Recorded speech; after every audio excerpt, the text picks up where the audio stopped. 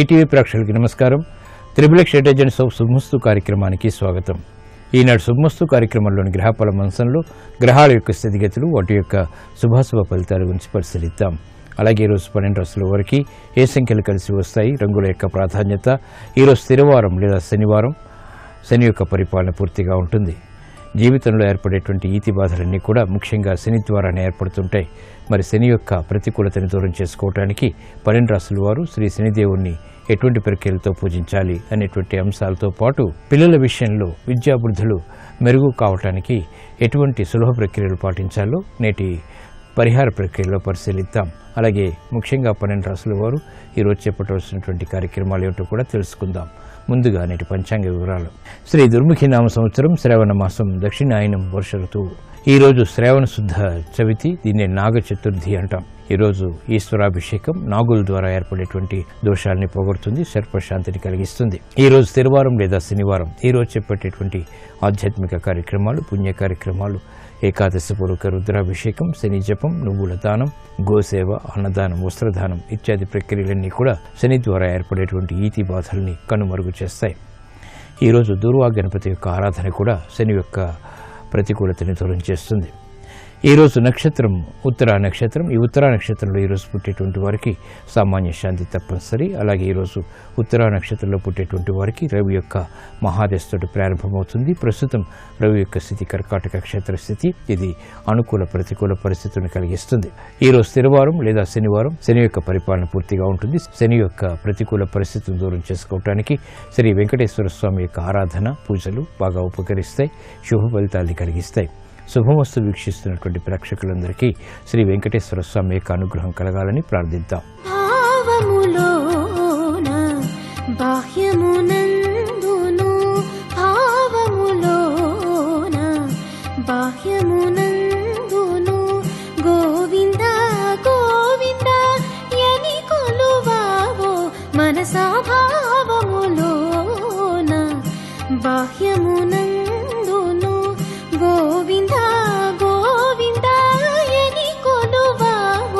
మనసాభావములోన బాహ్యమునందును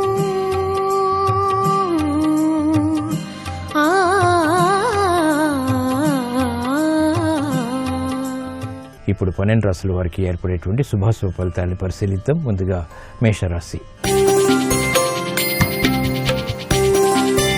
ఈరోజు మేషరాశి వారిని పరిశీలించినట్లయితే ఆరోగ్య విషయంలో జాగ్రత్తలు వహించాలి. చేపట్టేటువంటి కార్యక్రమాల్లో విఘ్నాలని చూస్తారు. ప్రయాణాల విషయంలో కూడా జాగ్రత్తలు పాటించాలి. స్థిరాస్తి విషయాల్లో ఏర్పడినటువంటి ప్రతికూలత ప్రబలమవుతుంది. చేపట్టేటువంటి కార్యక్రమాల్లో అన్ని రంగాల వరకు శ్రద్ధ తగ్గుతుంది. ఆలోచన రహితంగా చేపట్టేటువంటి కార్యక్రమాల ద్వారా సమస్యలు కూడా ఎదురవుతాయి. కాబట్టి జాగ్రత్తలు తప్పనిసరి. నూతన కార్యక్రమాల విషయంలో పారిశ్రామిక రంగం వారికి విఘ్నాలు ఏర్పడతాయి. ఆర్థిక సంబంధిత లావాదేవీల విషయంలో వ్యాపార రంగం వారు జాగ్రత్తలు వహించాలి. విద్యార్థులకి గట్టి కృషితో మాత్రమే రాణించగలుగుతారు. అభివృద్ధి కార్యక్రమాల్లో మహిళలు గృహరీత్యా ఆటంకాన్ని చూస్తారు.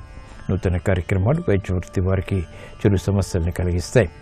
ఒప్పందాల ద్వారా ఏర్పడినటువంటి ప్రతికూలత రాజకీయ రంగం వారికి ప్రబలమవుతుంది. అభివృద్ధి కార్యక్రమాల్లో క్రీడారంగం వారికి ఆశించినటువంటి అంచనాలు దూరమవుతాయి. చేపట్టేటువంటి కార్యక్రమాల్లో సాఫ్ట్వేర్ రంగం వారు జాగ్రత్తలు వహించాలి. ఈ రోజు మీ అదృష్ట సంఖ్య 8. నీలపు వర్ణం మేలును కలిగిస్తుంది. శనివారం సందర్భంగా ఈ రోజు మేషరాశి వారు శ్రీ శనిదేవుణ్ణి ఆముదపు గింజలతో పూజించడం ద్వారా ఆర్థిక అభివృద్ధి గోచరిస్తుంది. విఘ్నాలు కనుమరుగవుతాయి. ఆరోగ్య పరీక్షలు ఈ రోజు మీకు మేలును కలిగిస్తాయి.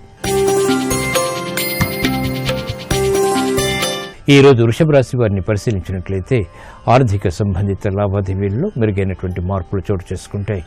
ధైర్యంతో కూడినటువంటి కార్యక్రమ నిర్వహణ, తద్వారా విజయాలు సాధించగలుగుతారు. రాజకీయ లబ్ధికే చేపట్టేటువంటి కార్యక్రమాలు కలిసి వస్తాయి. అనుకూల పరిస్థితులు ఉద్యోగపరంగా కూడా పొందగలుగుతారు. సాహస నిర్ణయాలకు ఉపక్రమించగలుగుతారు. వ్యాపార రంగం వారికి అనుకూల పరిస్థితులు వృత్తిలో చోటు చేసుకుంటాయి. ఆదాయం పెరుగుతుంది. పారిశ్రామిక రంగం వారికి నూతన ఒప్పందాల ద్వారా ఆశించినటువంటి ప్రయోజనాలు సిద్ధిస్తాయి. ఆధిక్యతతో కూడినటువంటి కార్యక్రమాలు రాజకీయ రంగం వారు చేపట్టగలుగుతారు. నూతన కార్యక్రమాలు వైద్య వృత్తి వారికి లాభిస్తాయి.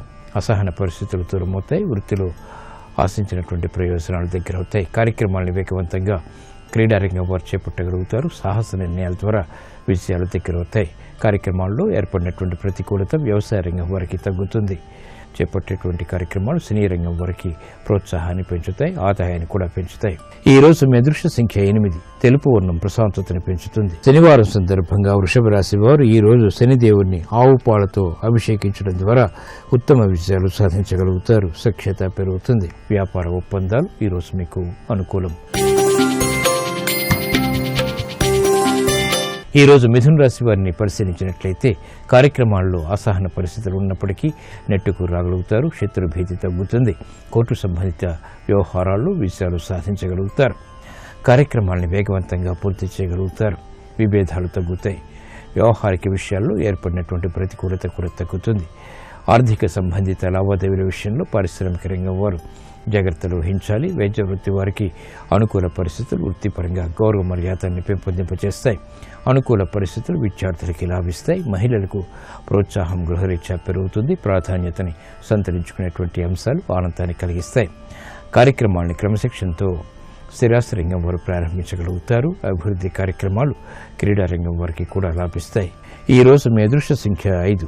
ఆకుపచ్చ వర్ణం రక్షణకి దోహదపడుతుంది. ప్రతికూల పరిస్థితిని దూరం చేస్తుంది. శనివారం సందర్భంగా మిథున రాశి వారు శ్రీ శనిదేవుని నల్ల నువ్వులతో పూజించడం ద్వారా క్లిష్ట సమస్యలకు పరిష్కారాలు పొందగలుగుతారు. ఆనంద వార్తలు వింటారు. కోర్టు సంబంధిత వ్యవహారాలు, ప్రక్రియలు, సంభాషణలు ఈ రోజు మీకు అనుకూలం. ఈ రోజు కర్కాటక రాశి వారిని పరిశీలించినట్లయితే ఆధ్యాత్మిక కార్యక్రమాల ద్వారా సంతృప్తికర సంఘటనలు చోటు చేసుకుంటాయి. నూతన ఒప్పందాల ద్వారా ఆశించినటువంటి ప్రయోజనాలు ఆర్థికంగా పొందగలుగుతారు. ఆర్థిక వ్యవహారాల్లో వేగవంతమైన అనుకూల మార్పులు చోటు చేసుకుంటాయి. ప్రతిభ గుర్తింపబడుతుంది. కార్యక్రమ నిర్వహణలో నైపుణ్యాన్ని ప్రదర్శించగలుగుతారు. లాభదాయకమైనటువంటి కార్యక్రమాలు గృహరీత్యా కూడా కలిసి వస్తే సంబంధ బాంధవ్యాలు మెరుగవుతాయి. పారిశ్రామిక రంగం వారికి అభివృద్ధి గోచరిస్తుంది. కార్యక్రమాన్ని వేగవంతంగా పూర్తి చేయగలుగుతారు. లాభదాయకమైనటువంటి కార్యక్రమాలు వైద్య వృత్తి వారికి కలిసి వస్తాయి. క్రీడారంగం వారికి అనుకూల పరిస్థితులు ఏర్పడతాయి. సినీ రంగం వారికి ప్రాధాన్యత పెరుగుతుంది. ప్రతిభ గుర్తింపబడుతుంది. విద్యార్థులకి అసహన పరిస్థితులు తగ్గుతాయి. ఈ రోజు మీ అదృష్ట సంఖ్య 2. నీలపు వర్ణం మేలును కలిగిస్తుంది. శనివారం సందర్భంగా ఈ రోజు కర్కాటక రాశి వారు శ్రీ శనిదేవుని నీలిరంగు పుష్పాలతో పూజించడం ద్వారా ఆనందకర పరిస్థితులు గృహంలో చోటు చేసుకుంటాయి. ఆధ్యాత్మిక కార్యాలు, కార్యక్రమాలు ఈ రోజు మీకు సంతృప్తికరం. ఈ రోజు సింహరాశి వారిని పరిశీలించినట్లయితే ఆర్థిక విషయాల్లో మెల్లమెల్లగా విజయాలు సాధించగలుగుతారు. క్రమశిక్షణతో కూడినటువంటి కార్యక్రమాలు అన్ని రంగాల వారికి తప్పనిసరి. ఇతరులు చేసినటువంటి పొరపాట్లకు బాధ్యత వహించాల్సినటువంటి ఆవశ్యకత ఉంటుంది. ఆశాజనకమైనటువంటి వాతావరణం ఆర్థికంగా ఉన్నప్పటికీ అనుభవంలో వెంటనే పొందలేకపోతారు. క్రమశిక్షణ ఆర్థిక పరంగా లోపిస్తుంది. శారీరక రుగ్మతలు పెరుగుతాయి. కార్యక్రమాలను వేగవంతంగా పారిశ్రామిక రంగం వారు చేపట్టలేకపోతారు. అభిప్రాయ భేదాలు వ్యాపార రంగం వారికి తారసపడతాయి. నూతన ఒప్పందాల ద్వారా ఏర్పడినటువంటి ప్రతికూలత స్థిరాస్తి రంగం వారికి ప్రబలమవుతుంది. ఆర్థిక సంబంధిత లావాదేవీల విషయంలో క్రీడారంగం వారు జాగ్రత్తలు వహించాలి. మహిళలు గృహపరంగా చేపట్టేటువంటి కార్యక్రమాన్ని పదే పదే చేయవలసినటువంటి ఆవశ్యకత ఉంటుంది. ఈ రోజు మీ అదృష్ట సంఖ్య 5. పసుపు వర్ణం తొలితెత్తిన శుభాలను కలిగిస్తుంది. శనివారం సందర్భంగా సింహరాశి వారు ఈ రోజు శనిదేవుని నల్ల వస్త్రంతో అలంకరించడం ద్వారా అసహన పరిస్థితులు ఆర్థికంగా కనుమరుగవుతాయి. స్థిరాస్తి నిర్ణయాలు ఈరోజు మీకు అనుకూలం. ఈరోజు కన్యారాశి వారిని పరిశీలించినట్లయితే ఆర్థిక విజయాలు సాధించగలుగుతారు. ధైర్య సాహసాలతో కూడినటువంటి కార్యక్రమాలు తద్వారా విజయాలు చేతికందుతాయి. గతంలో చేసినటువంటి పొరపాట్లని సరిదిద్దుకునేటువంటి అవకాశాలు కూడా దగ్గరవుతాయి. మానసిక ధైర్యం కలిగి ఉంటారు. చేపట్టేటువంటి కార్యక్రమాల్లో వృత్తిపరంగా అనుకూల పరిస్థితులు ఆనందాన్ని కలిగిస్తాయి. వ్యవహారాల్లో చుక్కెదురు పరిస్థితులను స్థిరాస్తిరంగా వారు ఎదుర్కోగలుగుతారు. ఆదాయాన్ని పెంపొందింప చేసుకునేటువంటి మార్గాలు సులభతరమవుతాయి. కార్యక్రమాల్లో క్రమశిక్షణ వైద్య వృత్తి వారికి కొనసాగుతుంది. ఆర్థిక సంబంధిత లావాదేవీలు పారిశ్రామిక రంగం వారికి లాభిస్తాయి. విదేశీ సంబంధిత లావాదేవీలు వ్యాపార రంగం వారికి కలిసి వస్తాయి. అనుకున్నవి సాధించేటువంటి పట్టుదల విద్యార్థులకి పెరుగుతుంది. మహిళలకు ప్రోత్సాహకాలం. గృహ విషయాల్లో ఆనందకర సంఘటనలు చోటు చేసుకుంటాయి. ఈ రోజు మీ అదృష్ట సంఖ్య 2.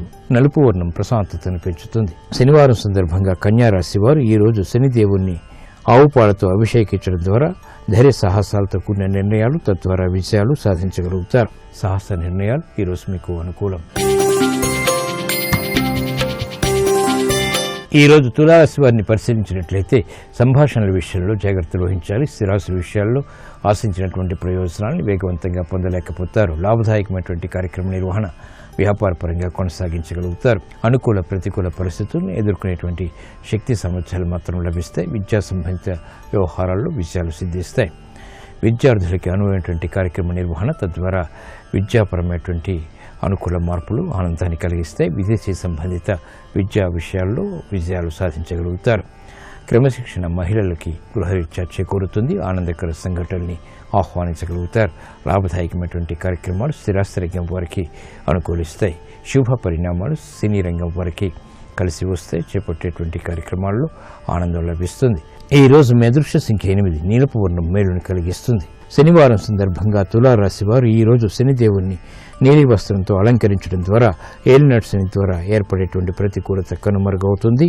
ప్రశాంతత పెరుగుతుంది. విజయాలు సాధించగలుగుతారు. వాహన కొనుగోలు వంటివి ఈ రోజు మీకు లాభదాయకం. ఈ రోజు వృశ్చిక రాశి వారిని పరిశీలించినట్లయితే ఆర్థిక సంబంధిత లావాదేవీల విషయంలో ఏర్పడినటువంటి విభేదాలు తగ్గుతాయి. శారీరక రుగ్మత తగ్గుతుంది. మానసిక ప్రశాంతతకి చేపట్టేటువంటి కార్యక్రమాలు కలిసి వస్తాయి. రుణ ఒత్తిళ్ల ద్వారా ఏర్పడినటువంటి అసహనం తగ్గుతుంది. కార్యక్రమాలను వేగవంతంగా పూర్తి చేసేటువంటి స్ఫూర్తి పొందగలుగుతారు. వ్యవహారాల్లో ఏర్పడినటువంటి కార్యక్రమాల్లో క్రమశిక్షణ పారిశ్రామిక రంగం వారికి కొనసాగుతుంది. చేపట్టేటువంటి కార్యక్రమాలు వ్యాపార రంగం వారికి అనుకూల ప్రతికూల పరిస్థితులను కలిగిస్తాయి. అసహన పరిస్థితుల నుంచి మహిళలు బయటికి రాగలుగుతారు. విద్యార్థులకి అనుకూల పరిస్థితులు విద్యాపరంగా ఏర్పడతాయి. కార్యక్రమాలను వైద్య వృత్తి వారు చేపట్టగలుగుతారు. ఆర్థిక సంబంధిత లావాదేవీల విషయంలో మాత్రం జాగ్రత్తలు వహించాలి. స్థిరాస్తి రంగం వారికి మెరుగైనటువంటి పరిస్థితులు ఉన్నప్పటికీ అసహన పరిస్థితులు ఆర్థికంగా వెనంటి ఉంటాయి. కార్యక్రమాలను వేగవంతంగా క్రీడారంగం వారు పూర్తి చేయలేకపోతారు. ఈ రోజు మీ అదృష్ట సంఖ్య 2. తెలుపు వర్ణం ప్రశాంతతను పెంచుతుంది. శనివారం సందర్భంగా ఈ రోజు వృశ్చిక రాశి వారు శనిదేవుణ్ణి ఆముదంతో అభిషేకించడం ద్వారా క్లిష్ట సమస్యలకు పరిష్కారాలు పొందగలుగుతారు. మానసిక శారీరక వేదనలు కనుమరుగవుతాయి. నూతన వ్యాపార ఒప్పందాలు ఈ రోజు మీకు ఊరట కలిగిస్తాయి. ఈ రోజు ధనుసు రాశి వారిని పరిశీలించినట్లయితే వేగవంతమైనటువంటి నిర్ణయాలు గృహపరంగా కలిసి వస్తాయి. చేపట్టేటువంటి కార్యక్రమాల్లో ప్రోత్సాహాన్ని పొందగలుగుతారు. విద్యాపరమైనటువంటి వ్యవహారాల్లో చిక్కులు వీడిపోతాయి. అసహన పరిస్థితుల నుంచి వ్యాపార రంగం వారు బయటికి రాగలుగుతారు. పారిశ్రామిక రంగం వారికి నూతన ఒప్పందాలు ఉపకరిస్తాయి. ఆశాజనకమైనటువంటి వాతావరణాన్ని ఆర్థికంగా కలిగిస్తాయి. సంబంధ బాంధవ్యాలు స్థిరాస్తి రంగం వారికి పెరుగుతాయి. వైద్య వృత్తి వారికి అనుకూల పరిస్థితులు ఉన్నప్పటికీ ఆర్థిక విషయాల్లో జాగ్రత్తలు పాటించాలి. సంబంధ బాంధవ్యాల విషయంలో ఏర్పడినటువంటి ప్రతికూలత స్థిరాస్తి రంగం వారికి తగ్గుతుంది. క్రీడా సంబంధిత వ్యవహారాల్లో క్రీడారంగం వారికి మెరుగైనటువంటి పరిస్థితులు లభిస్తాయి. ఈ రోజు మీ అదృష్ట సంఖ్య 5. నలుపు వర్ణం ప్రశాంతతను పెంచుతుంది. శనివారం సందర్భంగా ధనుస్సు రాశి వారు ఈ రోజు శనిదేవుణ్ణి నల్ల నువ్వులతో పూజించడం ద్వారా ఆర్థిక పురోగవృద్ధి ఏర్పడుతుంది. ఆటంకాలు కనుమరుగవుతాయి. విదేశీ లావాదేవీలు సంభాషణలు ప్రక్రియలు ఈ రోజు మీకు అనుకూలం. ఈ రోజు మకర రాశి వారిని పరిశీలించినట్లయితే చేసినటువంటి పొరపాట్లు సవరించుకోగలుగుతారు. ఆర్థిక వ్యవహారాల్లో మెరుగైనటువంటి మార్పులు చోటు చేసుకుంటే ఆకస్మిక అనుకూల పరిణామాలు ఆనందాన్ని కలిగిస్తాయి. గృహ సంబంధిత కార్యక్రమాల్లో ప్రశాంతత తిరిగి నెలకొంటుంది. కార్యక్రమాన్ని వేగవంతంగా పూర్తి చేసేటువంటి ప్రక్రియలు ఉపకరిస్తాయి. వ్యాపార ఒప్పందాలు వ్యాపార రంగం వారికి బలాన్ని పెంచుతాయి. పారిశ్రామిక రంగం వారికి నూతన ప్రక్రియల ద్వారా ఏర్పడినటువంటి ప్రతికూల పరిస్థితులు దూరం చేసుకోగలుగుతారు. ఆర్థిక సంబంధిత లావాదేవీలు వైద్య వృత్తి వారికి లాభిస్తాయి. అసహన పరిస్థితుల నుంచి క్రీడారంగం వారు బయటికి రాగలుగుతారు. న్యాయవాద వృత్తి వారికి మెరుగైనటువంటి మార్పులు వృత్తిపరంగా చోటు చేసుకుంటాయి. బలాన్ని పెంపొందింపచేసేటువంటి కార్యక్రమాలు విద్యార్థులకి లాభిస్తాయి. ఈ రోజు మీ అదృష్ట సంఖ్య 8. ఆకుపచ్చ వర్ణం రక్షణకి దోహదపడుతుంది. శనివారం సందర్భంగా ఈ రోజు మకర రాశి వారు శనిదేవుణ్ణి నీలిరంగు పుష్పాలతో పూజించడం ద్వారా వేగవంతమైన అనుకూల మార్పులు ఆర్థికంగా చేకూరుతాయి. ఆనందాన్ని కలిగిస్తాయి. వ్యాపార ఒప్పందాలు ఈ రోజు మీకు అనుకూలం. ఈ రోజు కుంభరాశి వారిని పరిశీలించినట్లయితే ప్రయాణాల విషయంలో జాగ్రత్తలు పాటించాలి. ఆర్థిక వ్యవహారాల్లో అవకతవకలు ఏర్పడతాయి. విస్మయాన్ని కలిగిస్తాయి. నూతన ఒప్పందాల ద్వారా ఏర్పడినటువంటి జాప్యాల్ని వేగవంతంగా పరిష్కరించుకోలేకపోతారు. వ్యవహారాల్లో చుక్కెదురు పరిస్థితుల్ని వేగవంతంగా అధిగమించలేకపోతారు. ఆర్థిక సంబంధిత లావాదేవీల విషయంలో పారిశ్రామిక రంగం వారు జాగ్రత్తలు వహించాలి. ఆర్థిక సంబంధిత కార్యక్రమాల విషయంలో స్థిరాస్తి రంగం వారికి ప్రతికూలత తగ్గుతుంది. అయినప్పటికీ ఆందోళన కొనసాగుతుంది. ఆలోచన సంపత్తితో కూడినటువంటి కార్యక్రమాలు వ్యాపార రంగం వారికి తప్పనిసరి. నూతన కార్యక్రమాలను వ్యవసాయ రంగం వారు ప్రారంభించగలుగుతారు. ఈ రోజు మీ అదృష్ట సంఖ్య 6. పసుపు వర్ణం త్వరితగతిన శుభాన్ని కలిగిస్తుంది. శనివారం సందర్భంగా ఈ రోజు కుంభరాశి వారు శనిదేవుణ్ణి మినుములతో పూజించడం ద్వారా అభివృద్ధి గోచరిస్తుంది. సంబంధ బాంధవ్యాలు మెరుగవుతాయి. ఆధ్యాత్మిక కార్యాలు కార్యక్రమాలు ఈ రోజు మీకు అనుకూలం. ఈ రోజు మీనరాశి వారిని పరిశీలించినట్లయితే అలంకరణకి ప్రాధాన్యతనిస్తారు. స్నేహితుల ద్వారా లబ్ధి చేకూరుతుంది. కోర్టు సంబంధిత వ్యవహారాల్లో ఆశించినటువంటి ప్రయోజనాలు సాధించగలుగుతారు. రాజకీయ లబ్ధికే చేపట్టేటువంటి కార్యక్రమాలు రాజకీయ రంగం వారికి కలిసి వస్తాయి. ఉద్యోగస్తులకు ఉన్నతికే చేపట్టేటువంటి కార్యక్రమాల్లో ప్రోత్సాహం లభిస్తుంది. నూతన ఒప్పందాలు వ్యాపార రంగం వారికి లాభిస్తాయి. అనుకున్నవి సాధించాలనేటువంటి పట్టుదల విద్యార్థులకి పెరుగుతుంది. మహిళలు శుభవార్తలు వింటారు. ఆరోగ్య విషయంలో జాగ్రత్తలు మాత్రం పాటించాలి. అభివృద్ధి కార్యక్రమాల్లో స్థిరాస్తి రంగం వారికి సమస్యలు ఉన్నప్పటికీ ఎదుర్కొనేటువంటి శక్తి సామర్థ్యాలు కూడా వెనంటి ఉంటాయి. కార్యక్రమాలను వెంటనే సాఫ్ట్వేర్ రంగం వారు పూర్తి చేయలేకపోతారు. సినీ రంగం వారికి మెరుగైనటువంటి అవకాశాలు లభిస్తాయి. ఈ రోజు మీ అదృష్ట సంఖ్య 5. ఆకుపచ్చ వర్ణం రక్షణకి దోహదపడుతుంది. శనివారం సందర్భంగా ఈ రోజు మీనరాశి వారు శనిదేవుణ్ణి ఆవు పాలతో అభిషేకించడం ద్వారా శత్రు భీతి పోతుంది. సాహస నిర్ణయాలు తద్వారా విజయాలు చేతికి అందుతాయి. విదేశీ సంభాషణలు ప్రక్రియలు ఈ రోజు మీకు లాభిస్తాయి.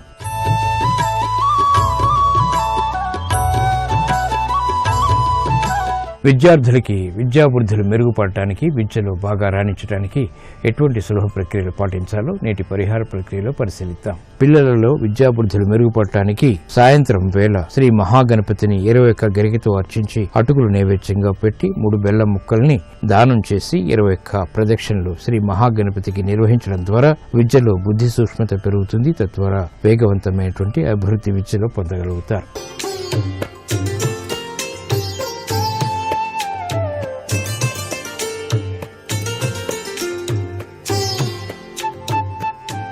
XXX డిటర్జెంట్ సోప్ శుభమస్తు కార్యక్రమంలో గృహబలం అంశానికి స్వాగతం.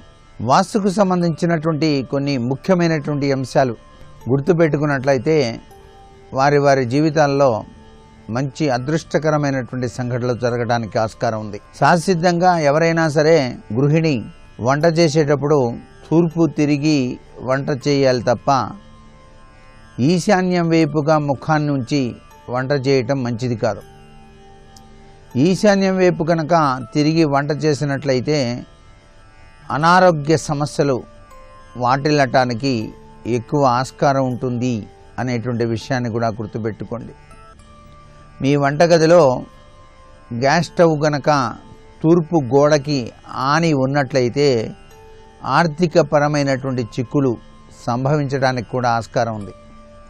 అందుచేత తూర్పు గోడను ఆనకుండా ఉండేటువంటి రీతిలో కొద్దిగా ముందుకు లాగి గ్యాస్ స్టవ్ను అమర్చుకోవటం సర్వత్రా కూడాను శుభదాయకవంతమైన ప్రభావాన్ని ఇస్తుంది. వండినటువంటి వంట పదార్థాలన్నింటినీ కూడాను పడమర వైపు ఉన్నటువంటి ఆ యొక్క వంటగదిలో స్థానంలో ఉంచటం సర్వశుభాల్ని కూడా చేకూరుస్తుంది తప్ప తూర్పు వైపుగా వండిన పదార్థాలన్నీ ఉంచకపోవటమే మంచిది అనేటువంటి విషయాన్ని కూడా గుర్తుపెట్టుకోవాలి. భవనం దక్షిణ భాగం ఉత్తరం కంటే ఎత్తుగా ఉన్నప్పుడు ఆ యొక్క దక్షిణం వైపు కనుక ఎక్కువ ఖాళీ స్థలం కనుక ఉన్నట్లయితే ఆ స్థలంలో దేదీప్యవంతమైనటువంటి అదృష్టాన్ని మనకు ప్రసాదించేటువంటి కొబ్బరి చెట్లను పెంచటం సర్వత్రా కూడాను శుభదాయకమే. అయితే అది కొద్దిపాటి స్థలమైనా సరే అక్కడ అటువంటి చెట్లు నాటడం సర్వశ్రేయోదాయకంగా మనకు వాస్తుశాస్త్రం తెలియజేస్తుంది. అంటే ఖాళీగా ఉండకూడదు దక్షిణం వైపు ఎక్కువగా. మీ ఇంట్లో పూజా స్థలం ఉందే దాన్ని స్వచ్ఛంగా శుభ్రంగా ఉండేటట్టుగా చూసుకోవాలి ఎప్పుడు. అంతే తప్పితే అన్ని సామాన్లు పూజా మందిరంలోనే ఉండేటట్టుగా చూసుకోకూడదు. చాలామంది వివిధ రకాలైనటువంటి సామాగ్రితో కూడి అక్కడే దేవతా మందిరం పెట్టి పూజ చేస్తూ ఉంటారు. దానివలన మానసిక శాంతి రాదు. ఒక విధమైన స్వచ్ఛతా శైలి అక్కడ కనిపించకపోవడం వలన మనసు త్రికరణ శుద్ధిని కలిగి ఉండక పూజ పట్ల అవగాహన తత్వంలో తేడాలు కనిపిస్తాయి. ఎప్పుడు కూడా పూజా మందిరం ఆ గది అంతా కూడాను చాలా చక్కగా దేదీప్యవంతంగా పరిశుభ్రంగా ఉండేటట్టుగా ఏర్పాటు చేసుకోవటమే అసలు సిసలైనటువంటి దైవత్వానికి నిదర్శనంగా మనం భావించాలి. ఎరుపు రంగు వగరు రుచి కలిగినటువంటి మట్టి అది క్షత్రియ స్థానంగా మనకు శాస్త్రాల్లో చెప్పారండి. ఇది చాలామందికి రాజకీయవేత్తలకు కానివ్వండి, పోలీసు అధికారులకు కానివ్వండి, సైన్యంలో పనిచేసేటువంటి వాళ్ళకు కానివ్వండి, ఈ యొక్క భూమి సర్వే సర్వత్రా కూడాను ఉపయుక్తంగా ఉంటుంది సుమా అంటోంది వాస్తుశాస్త్రం. అలా అని చెప్పేసి ప్రతి వాళ్ళు కూడాను ఆ భూమిని కొనేటప్పుడు ఇది ఎటువంటి రకము అని చెప్పేసి ఆలోచించాల్సిన పని లేదు. వాస్తుశాస్త్రరీత్యా చక్కగా ఉందా లేదా అని చెప్పేసి పరిశీలన చేసుకొని ఆ రోడ్డు ఎటువైపు పోతోంది, నా యొక్క వర్గు ఏమిటి, నేను ఎటువైపు సింహద్వారం పెట్టి నిర్మాణం చేస్తే బాగా కలిసి వస్తుంది అనేటువంటి ముఖ్యాంశాలని మనసులో పెట్టుకొని గృహ నిర్మాణం చేయటం సర్వే సర్వత్రా సుఖదాయకం. పూర్వీకుల సంబంధంగా కనుక మీకు ఇల్లు వచ్చుంటే అప్పుడు మీకు వర్గు అనేటువంటిది పనిచేయదు. అసలు వర్గుని పరిగణించాల్సిన పనే లేదు. వంటింట్లో ద్వారం పెట్టేటప్పుడు ఆగ్నేయ కోణంలో మాత్రం పెట్టకండి. చాలామంది ఆగ్నేయంలో వంటగది అన్నారు కదండి, ద్వారం కూడా ఆగ్నేయంలోనే పెడతాను ఇంకా బాగుంటుంది కదా అని ఆలోచిస్తాను. అది పొరపాటు. ఆగ్నేయ కోణంలో ఎప్పుడూ కూడా వంటింట్లో ద్వారం అనేటువంటిది పెట్టకుండా ఉండటమే సర్వశ్రేయోదాయకం. ఈ భవనం చూసేటప్పుడు అండి కొంతమంది తూర్పు ఎలా ఉంది, పడమర ఎలా ఉంది అని చెప్పేసి పరిశీలన చేస్తారు. సహసిద్ధంగా తూర్పు కంటే పడమర ఎత్తులో ఉండాలి కదా. పూర్వకాలంలో ఆ గృహం కట్టినప్పుడు ఎత్తులోనే ఉండేది. ఇటీవల కాలంలో రోడ్లు వైడెన్ చేసి పెంచటం వలన పడమర స్థానం తగ్గింది, తూర్పు స్థానం కొద్దిగా పెరిగింది. మరి ఆ ఇంట్లో ఉండాలా వద్దా, ఏం చేయాలి అని చెప్పేసి పెద్ద సమస్యగా కూడా చాలామంది భావన చేస్తుంటారు. అటువంటి వారు కేవలం కాంపౌండ్ వాల్ వరకు కూడాను కొత్తగా నిర్మాణం చేసి ఎత్తులో ఆ యొక్క నీరు ఈ ఇంటి లోపలికి రాకుండా ప్రయత్నం చేయండి చాలు. అది ఎత్తుగా ఉన్నప్పుడు రోడ్డు వర్షం పడితే ఆ నీరంతా లోపలికి వచ్చేస్తుంది కదా. ఆ లోపలికి రావటం అనేది మంచిది కాదు. పడమర వైపు నుంచి నీరు ఇలా లోపలికి రాకూడదు అని కదా. అందుచేత కేవలం ఒక కాంపౌండ్ వాల్ వరకు కూడాను కించిత్తు ఎత్తు లేపేసి నీరు లోపలికి రాకుండా ఏర్పాటు చేసుకొని మీ ఇల్లు మళ్ళీ యథాస్థానంలో ఉన్నందువలన తప్పు ఏమీ ఉండదు అని కూడాను చెప్పవచ్చండి. శాశ్వతంగా చాలామంది అనేక పుణ్యక్షేత్రాలు దర్శించినప్పుడు అక్కడ పెద్ద పెద్ద విగ్రహాలు కనిపిస్తే మన ఇంట్లో కూడా పెడితే బాగుంటుందిలే అని చెప్పేసి భారీగా ఉన్న విగ్రహాలు తీసుకొస్తారు. ఆ విగ్రహాన్ని తీసుకొచ్చి పూజా మందిరంలో పెట్టారనుకోండి, లేనిపోని కష్టాలు కొని తెచ్చుకోవడమే అవుతుంది. ఎప్పుడూ కూడా పూజా మందిరంలో విగ్రహాలు కొనుక్కునేటప్పుడు మీరు అవి చిన్న సైజు మాత్రమే ఉండాలి అనే విషయాన్ని కూడా ఇక్కడ వాస్తురీత్యా మనం గమనిద్దాం. మరికొన్ని ముఖ్య విషయాలు రేపటి శుభమస్తు కార్యక్రమంలో తెలుసుకుందామా? మరి సర్వే జనా సుఖినో భవంతు.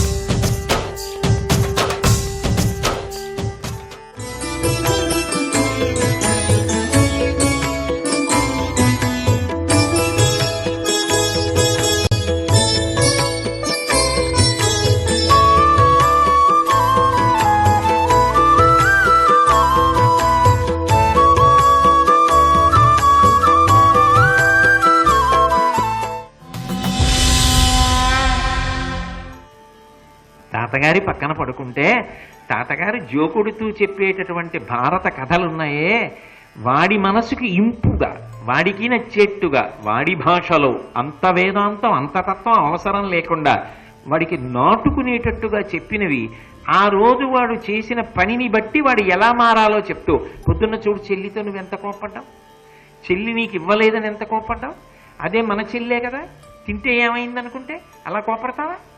అలా మాట్లాడి కథ చెప్పడం తాతగారికి అలవాటు అయిందనుకోండి, వాడు ఒక ఉత్తమ పౌరుడు అవుతాడు. అందుకే తాతలకి దూరంగా మనవల్ని పెంచడం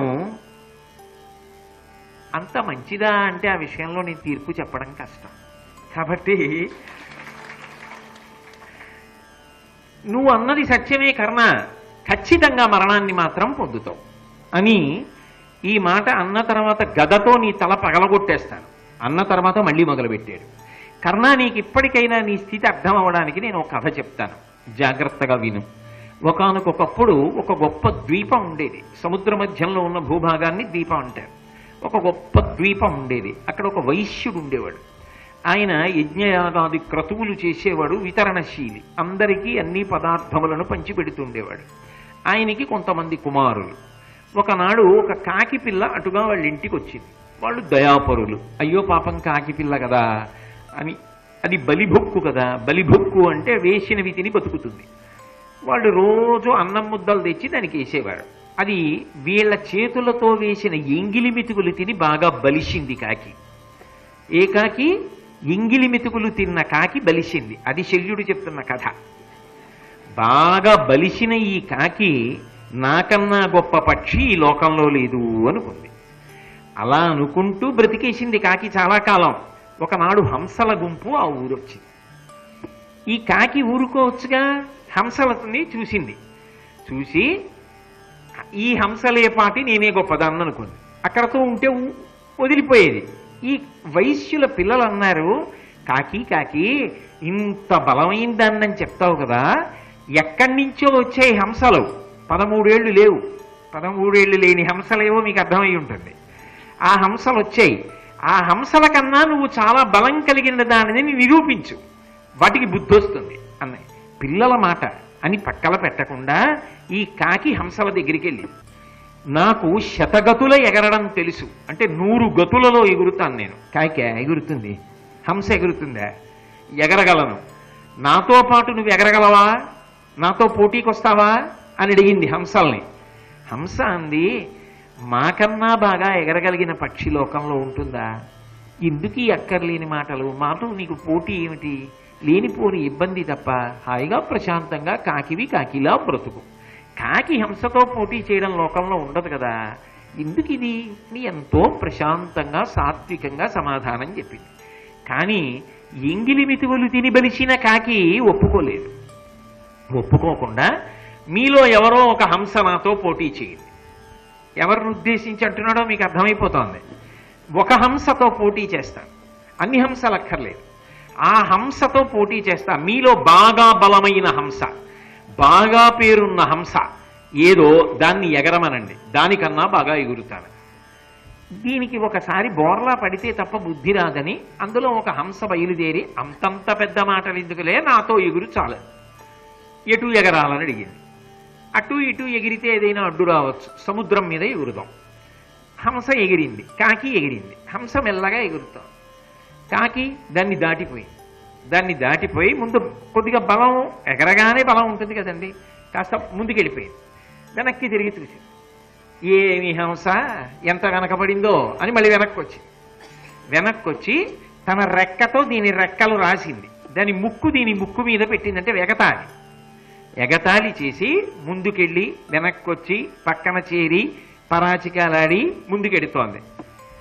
చాలాసేపు అయిన తర్వాత ఇంకా కొంచెం బడలిక మొదలెట్టింది. దీనికి బడలిక మొదలైన తర్వాత హంస పుంజుకొని నిటారుగా ఆకాశంలోకి ఎగరడం మొదలెట్టింది. ఇది ఏదో కొంత దూరం ప్రయాణం చేసింది, కానీ ఎక్కడో సముద్రం. ఒక్క నిమిషం ఆగుదామంటే ఓ చెట్టు లేదు, ఓ కొమ్మ లేదు. ఎక్కడ ఆగుతుంది? ఎంగిలి మెతుకుల బలం ఎంతకాలం సరిపోతుంది? అందుకని కింద చూసింది, సముద్రం ఉంది. అమ్మ బాబోయ్, ఓపిక లేదని పడిపోయిందా? మొసళ్ళున్నాయి, పాములున్నాయి, భయంకరమైన జలచరములున్నాయి, మింగేస్తాయి. ఇన్నాళ్లకు దొరికింది రావో పక్షి. కాబట్టి కిందకి దిగలేదు, పైన ఎగరలేదు, తిరిగి వెళ్ళలేదు. హంస చూస్తే సునాయాసంగా వెళ్ళిపోతుంది. ఆ హంస దగ్గరికి వెళ్ళి నాది బుద్ధి గడ్డి తిని నేను నీతో పోటీ చేశాను, చాలా పొరపాటు అయిపోయింది, నా ఓపిక అయిపోతోంది, నేను పడిపోతున్నాను, నన్ను రక్షించవా అని అడుగుతూ నీళ్లలో పడిపోయింది. పడిపోతే హంస చూసింది, ఎంతైనా హంస హంస కదా, ఇలా వదిలేస్తే చచ్చిపోతుందని తన రెక్కల మీద ఎక్కించుకుని మళ్ళీ ఎంత దూరం వెళ్ళిందో అంత దూరం వెనక్కి వచ్చింది. వెనక్కి వచ్చి చెట్టు మీద కాకిని వదిలి, ఇంకెప్పుడు ఇలాంటి పనులు చేయకు, నీ శక్తిని మించిన పనుల జోలికి పోయి అక్కర్లేని ప్రతిజ్ఞలు చేయకు, కాకివి కాకిగా బతుకు, హంసలు హంసల్లా బతుకుతాయి, హంసలు ఎప్పుడు పోటీకి రావు, కాకులే ఇలా అక్కర్లేని పోటీలకు వస్తాయి, ఇక పైన ఇటువంటి పని చేయకు, ఈసారికైతే ప్రాణం దక్కిందని చెప్పింది కర్ణ. ఆ కాకి ఎవరో తెలుసా? దుర్యోధనుడు విదిలించిన ఎంగిలి మితుకులు తిని బలిసిన కాకి నువ్వే. హంస అర్జునుడు. హంసతో పోల్చుకుని నువ్వు ప్రయాణం చేస్తానంటావేమిటి? ఆయన ఎక్కడ, నువ్వెక్కడ? ఆయన గాంధీవం పట్టుకుని టంకారం చేసి బాణప్రయోగం మొదలు పెడితే ఆయన ముందు నిలబడగలిగిన మనగాడిని అనుకుంటున్నావా? ఎందుకయా ఈ ప్రయాస, ఎందుకయా ఈ యుద్ధం? ఇంత నిరుత్సాహపరిచాడు. నిరాశావాదులతో మీరు చాలా కాలం కూడి ఉంటే ఏమైపోతుందో తెలుసా? క్రమంగా అది ఒక అంటువ్యాధి. మీరు ఎంత చిన్న పని ప్రారంభించండి, మీరు చీకటి కోణాన్ని చూడడం అలవాటు చేసుకుంటారు.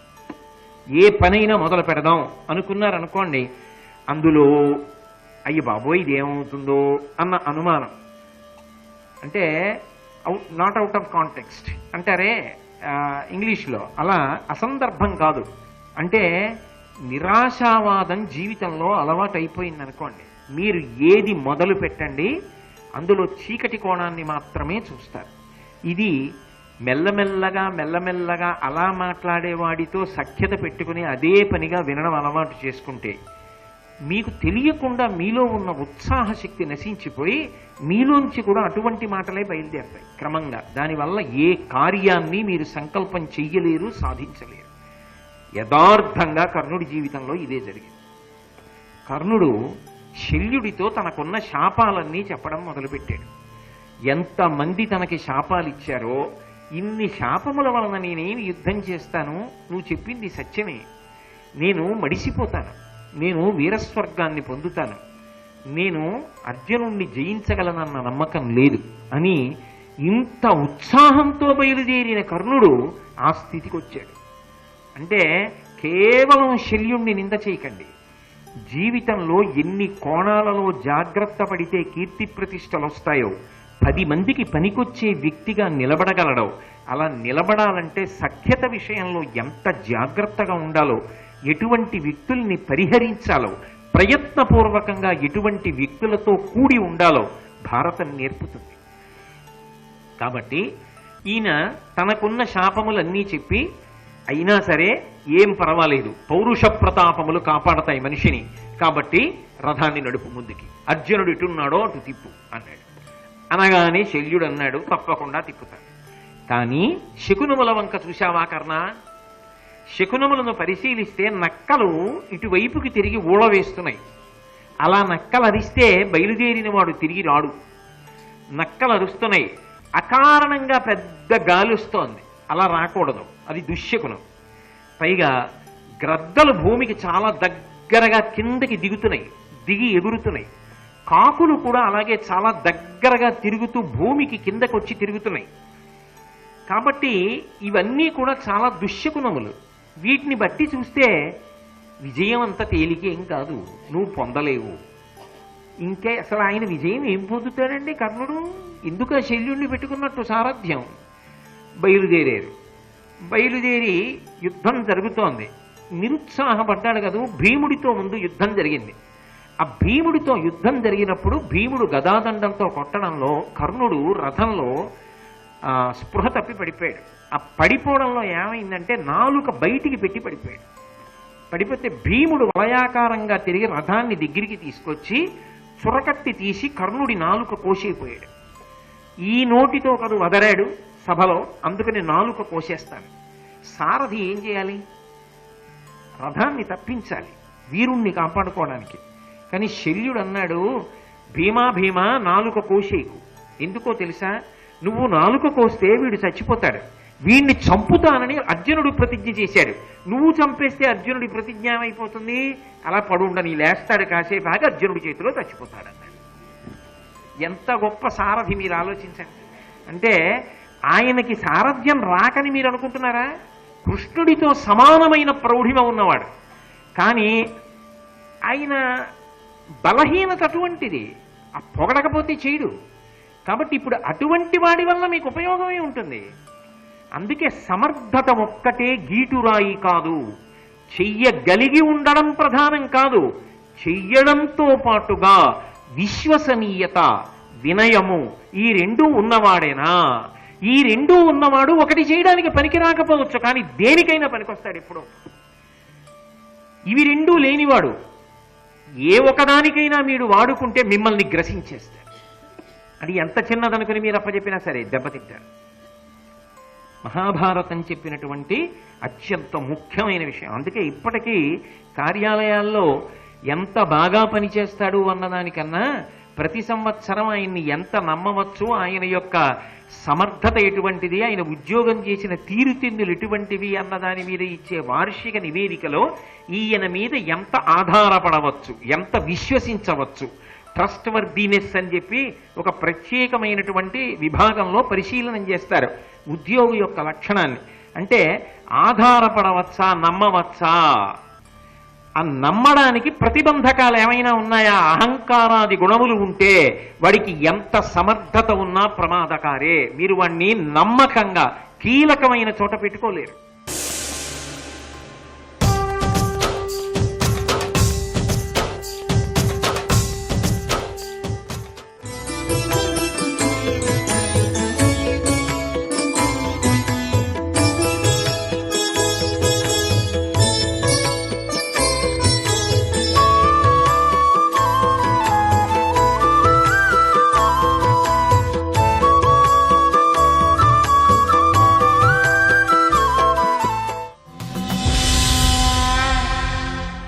విశ్వసనీయుడు, నమ్మవచ్చు.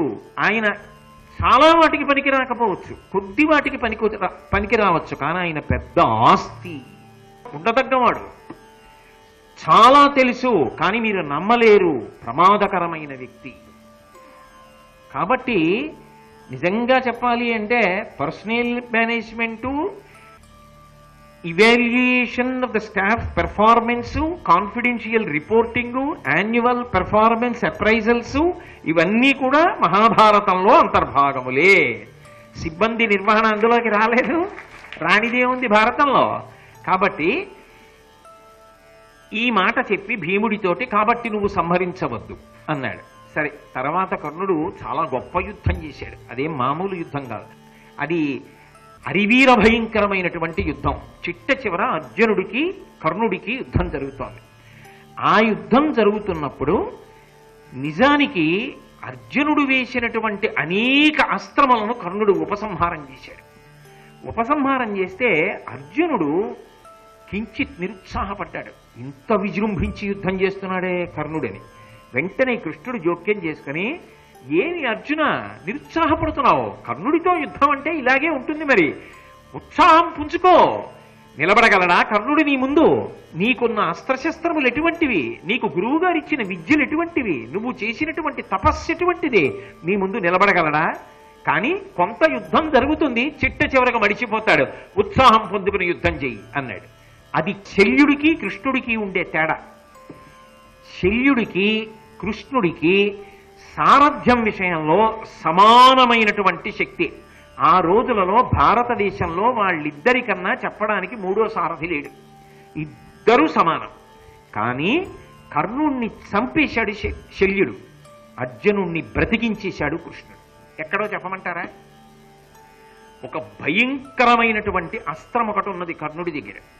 అది ఎక్కడో ఒకనకొకప్పుడు ఖాండవవన దహనం చేశాడు అర్జునుడు. ఎక్కడో ఒకప్పుడు అంటే నా ఉద్దేశం వెనక్కి వెళ్ళినప్పుడు అని.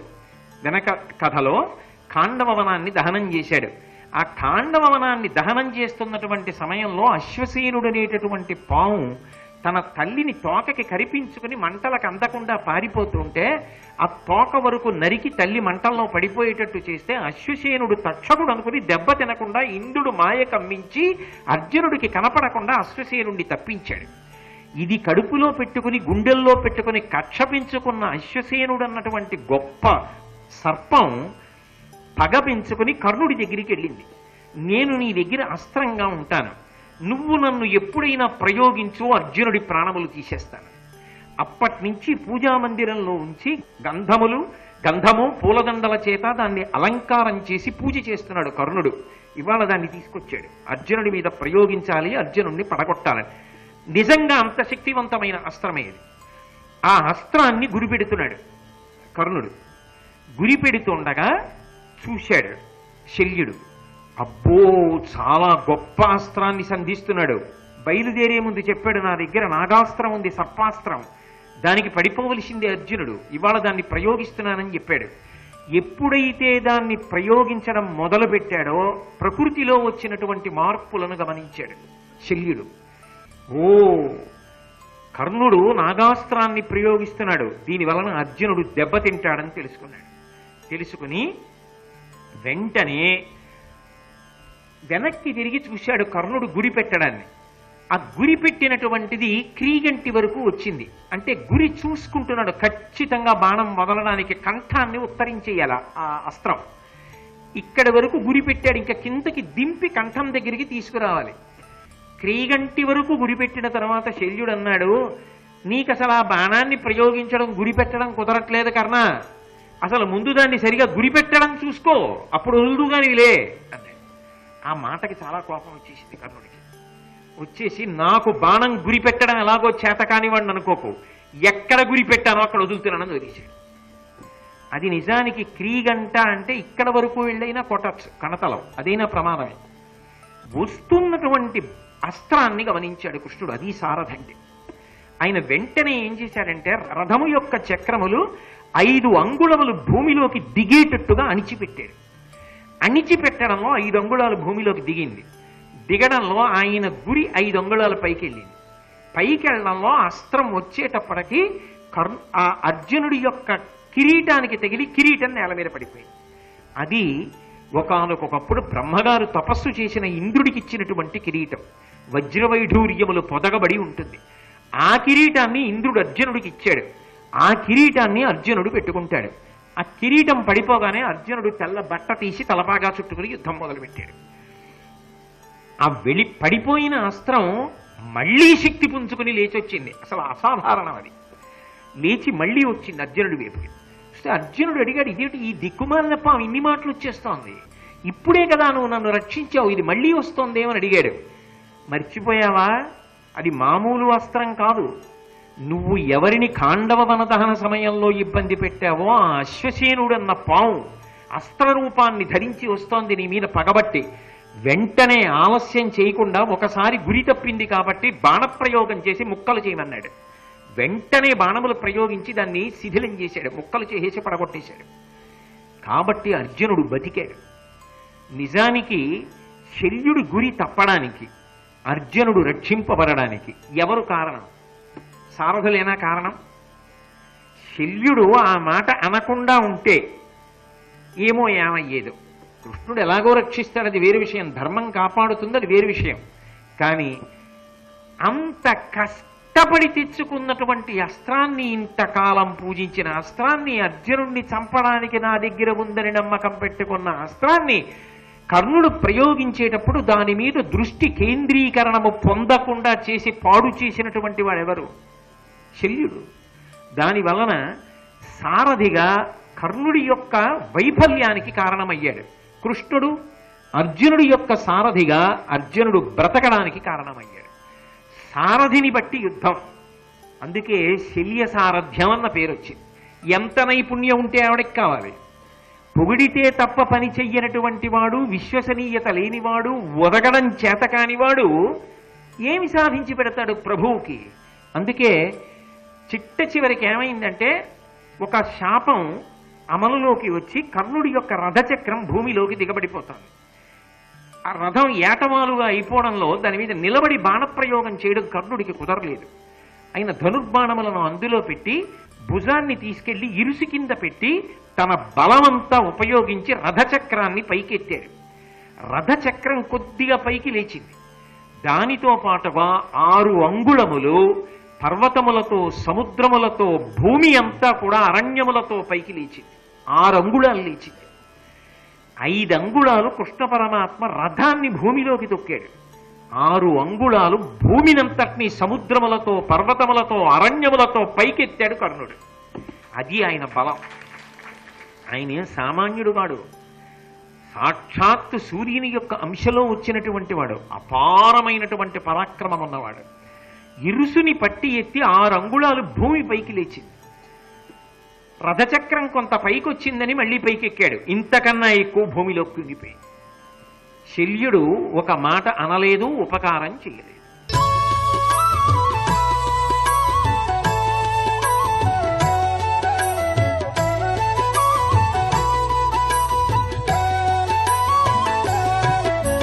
సర్వం శ్రీ ఉమామహేశ్వర పరబ్రహ్మార్పణమస్తు.